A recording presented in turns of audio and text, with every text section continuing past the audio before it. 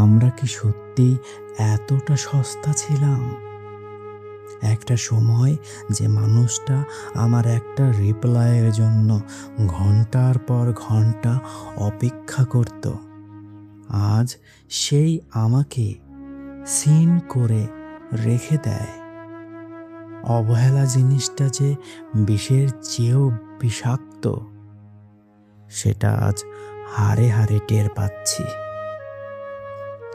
Breakup হলে হয়তো একবারে কষ্ট পেতাম, কিন্তু এই যে তিল তিল করে প্রতিদিন অবহেলিত হওয়া, প্রতিদিন নিজের কাছে নিজে ছোট হওয়া, এর কোনো সান্ত্বনা নেই।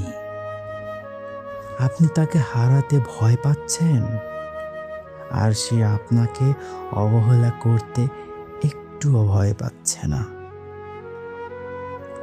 10 বছর আগের সেই মানুষটার অবহেলা আজও কি আপনাকে কষ্ট দেয়? উত্তরটা হলো না। কষ্ট দেয় আপনার সেই অতিরিক্ত ভালোবাসাটা, যা আপনি ভুল মানুষের উপর খরচ করেছিলেন।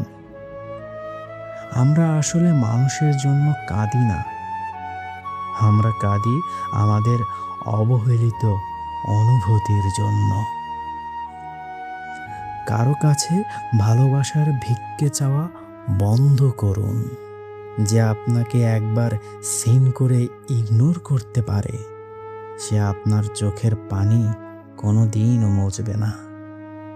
আপনার উপস্থিতি যার কাছে বিরক্তিকর, তার জীবন থেকে হারিয়ে যাওয়াই আপনার ব্যক্তিত্বের পরিচয়। আজ থেকে আমি নীরব।